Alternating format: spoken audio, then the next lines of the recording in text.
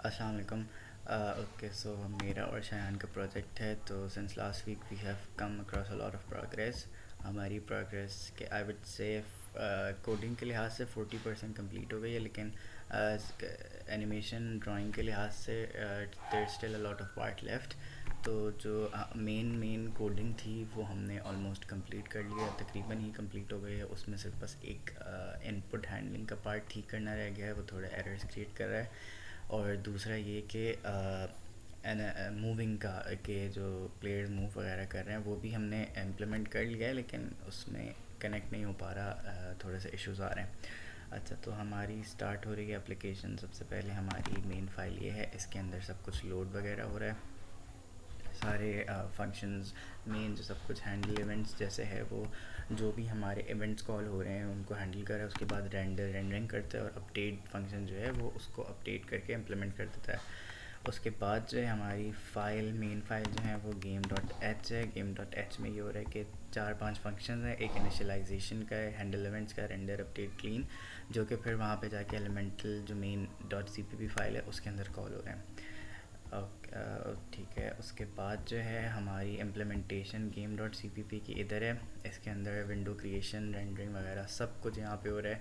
Object creation और drawing, animation, moving सब कुछ मेनली यहाँ पे हैंडल हो रहा है। उसके बाद हमारी गेम ऑब्जेक्ट की क्लास आती है। गेम ऑब्जेक्ट की क्लास में हमारे पास जो है वो हमने उसको वर्चुअल बनाया हुआ है, क्योंकि गेम ऑब्जेक्ट से जितने भी आगे ऑब्जेक्ट्स क्रिएट हो रहे हैं हम चाहते हैं कि जो ऑब्जेक्ट्स क्रिएट हो रहे हैं वो अपने फंक्शंस खुद डिफ़ाइन करें, अपनी सब कुछ खुद डिफ़ाइन करें अपने अकॉर्डिंग, वो जिस तरीके से चाहते हैं।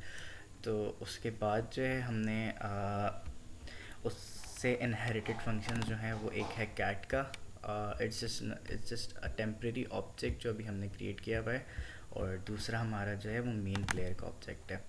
वो ये टेम्प्रेरी तो नहीं है, लेकिन ये इम्पोर्टेंट वाला है अभी। उसके बाद जो है हमने एक और फाइल बनाई है पैरामीटर्स लोड के नाम से।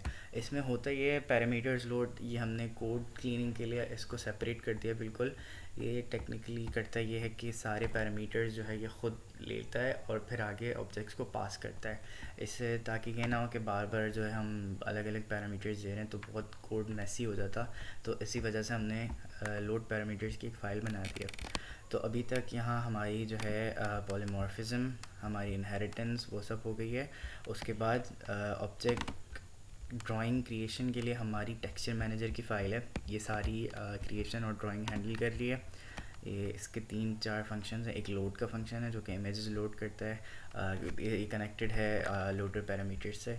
और एक ड्राइंग का है, वो सिर्फ एक static animation static image draw करता है। दूसरा ड्रॉ फ्रेम का है, वो मूविंग एनिमेशन स्प्राइट करता है, स्प्राइट एनिमेशन करता है।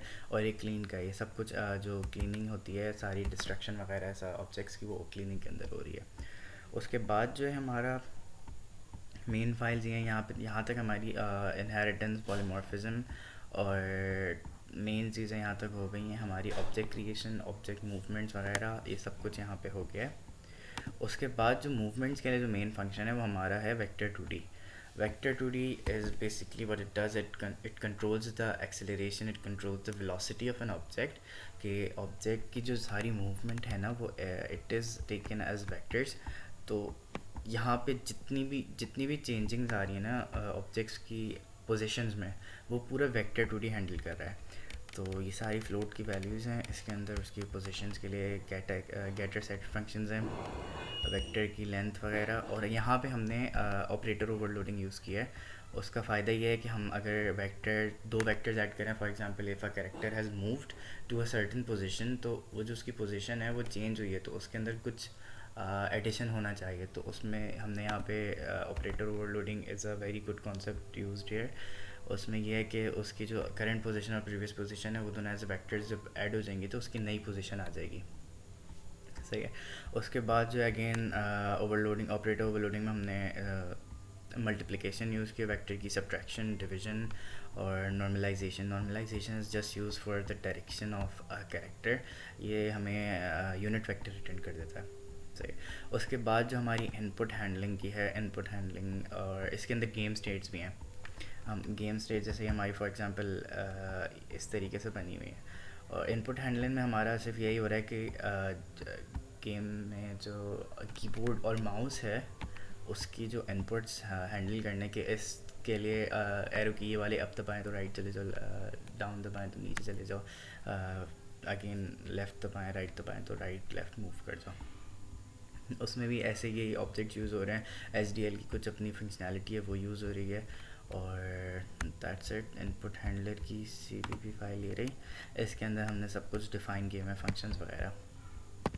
और हमारी गेम स्टेट्स भी हो गई हैं, मतलब फॉर एग्जांपल गेम की इमेजेस चेंज कराना जब यूज़र सर्टेन पोजीशन तक चले जाए, लेकिन उसमें मसला ये आ रहा है कि उसमें अभी अभी करेंटली जो सबसे बड़ा मसला है अपलोड करते वक्त वो ये है कि ऑब्जेक्ट जो अपडेट हो रहा है वो अपडेट तो हो रहा है यहाँ पे, मैं जब रन करूँगा वहाँ पे दिखाएगा कि अपडेट तो हो रहा है, लेकिन वो जो हमारी game.cpp की फ़ाइल है, मेन फ़ाइल है, वहाँ पे जाके अपडेट रिफ्लेक्ट नहीं हो रहा। तो फिर इसको पूरा डीबग करना पड़ेगा, जिसकी वजह से सब पता चल जाएगा कि ऐसा इशू क्यों आ रहा है। उसके बाद जो है हमारा और कुछ तो मेन नहीं है, कुछ अच्छी चीज़ें ये हैं कि हमने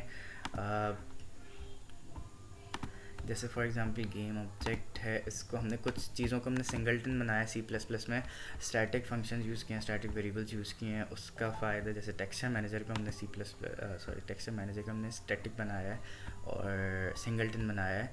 उसका फ़ायदा ये है कि ये टेक्सचर मैनेजर एक ही बार क्रिएट हो जाएगा, और जिसकी वजह से फ़ायदा ये होगा कि ये हम गेम के अंदर इसको कहीं भी एक ही मर्तबा क्रिएट होगा, तो हम overall through out the game use कर सकते हैं। ये नहीं होगा कि हमें बार बार हर चीज़ के लिए सेपरेट बनाना पड़ेगा। तो इसका वो जो कोड है वो ये वाला है सिंगलटन बनाने के लिए। और सिंगलटन का फ़ायदा ये होता है, हमने उसको स्टैटिक वेरिएबल्स भी बनाए और टाइप डेफिनेशन भी यूज़ किए। उसके बाद अभी जो फ़िलहाल गेम रन हो रहा है वो इस तरीके से रन हो रहा है। इस वीक मतलब अभी तक की प्रोग्रेस थोड़ी स्लो रही है, लेकिन आई होप अगले जो हमारे एग्ज़ाम्स हैं वो आगे इतने नहीं हैं 10 तारीख तक, तो हम लोग we will be giving complete time to this project, जिससे हम लोग की अच्छी खासी प्रोग्रेस हो जाएगी। कोडिंग प्रोग्रेस जो है हमने ऑलमोस्ट लिख ली है, जो मेन काम है ड्राइंग के, मूविंग के, इनपुट के और वो सब कुछ। बस अब हमारा ये रहता है कि जैसे कैरेक्टर के इंटरेक्शंस रहते हैं जो कि, और एलिमेंट्स के लोडिंग करवानी है वो रहती है, और थोड़ी सी लॉजिक रहती है कि एलिमेंट सर्टेन पोजीशन पे एलिमेंट्स के साथ कोई यूज़ करेगा, तो बस वो करवाना है। बाकी जब यूज़र कोई सर्टेन जगह पे जाता है तो हमारी गेम इमेजेस वगैरह सब कुछ चेंज भी हो रहा है, लेकिन अभी वो चल नहीं रहा। तो फिर अभी हमारी इमेजेस मूवमेंट्स वगैरह सारी हैंडल हो रही हैं। जैसे थोड़े बस स्प्राइट्स पे हमें काम करना है, स्प्राइट्स को ठीक करना है, और फिर उसके बाद जो हमारा सही चलने लग जाएगा। एंड आई होप कि अगले 5 से 6 दिन में प्रोजेक्ट जो है 80% हो चुका होगा और अच्छी प्रोग्रेस हो गई होगी। So that's it for now the progress, and we are hoping कि हमारे इश्यूज सॉल्व हो जाएं, अपडेट वाला स्पेसिफिकली वो सॉल्व हो जाए।